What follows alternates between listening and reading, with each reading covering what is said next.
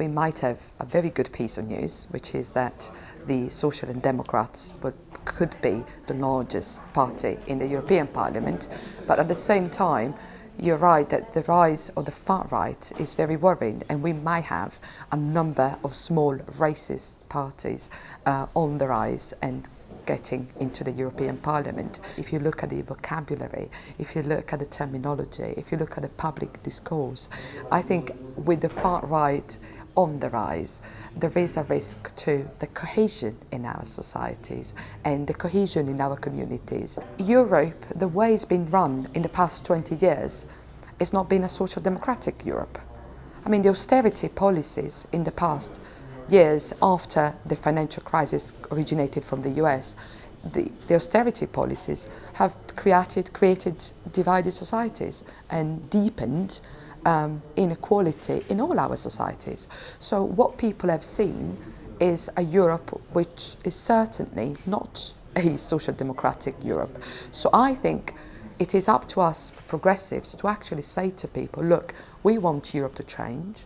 We want a majority in the European Parliament so that we can change Europe and we can focus on social security, on jobs, on growth, on women growing the economy and growing in the economy.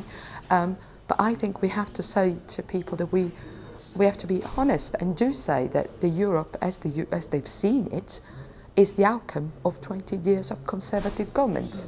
When the far right is on the rise, when austerity becomes and impacts women the most, I think your question really shows the dramatic impact on women, which is not just financial, but is also economic, is also social, and is also cultural. I mean, women's rights are always a slippery road.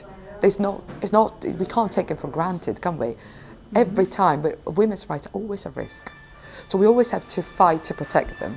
I think that when there is austerity and recession, there is a resurfacing of traditional family models, traditional policies, and I think women need to recognise that we also need to recognise that how much of a slippery road our rights are, and now we have to be united in protecting what we've achieved years ago and cannot be again up for discussion. So I think there is a threshold and we have to stand to protect it. So reproductive rights and self-determination, to me, that's the basic.